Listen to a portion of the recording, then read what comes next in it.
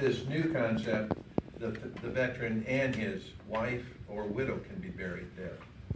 So it not only allows those to be buried together, whereas in the past they may have been buried separately in different cemeteries, but the ease of visiting this grave site in central Nebraska, as we know, veterans are veterans. They want to be together, they serve together, and they want to be remembered together. This is a drawing of the cemetery proposal with the existing cemetery and the addition of 20 acres.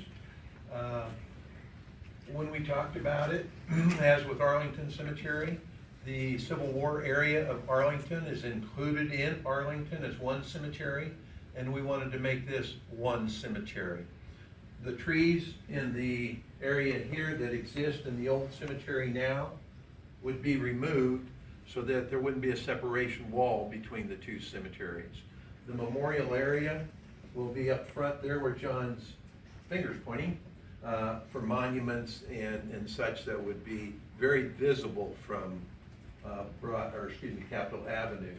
The Carillon, as you notice in the center here of the driveways, the street in the cemetery section itself, will be very visible from Capitol Avenue.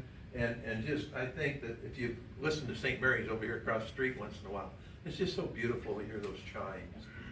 And it just, if it doesn't move you, then I guess we're not moving, folks. But I think that's just so appropriate with the Carillon there.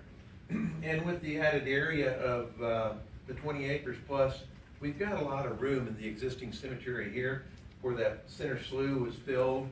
There's some spaces over here to the east along those trees, and of course where the old building house area used to be for administration purposes on the west side of the cemetery. As you'll notice, there is a boundary around there with trees, which kind of makes it its own area. So honestly, through the virtual meetings and the discussions, everybody was so receptive to change. There was no, well, what if, or we don't want.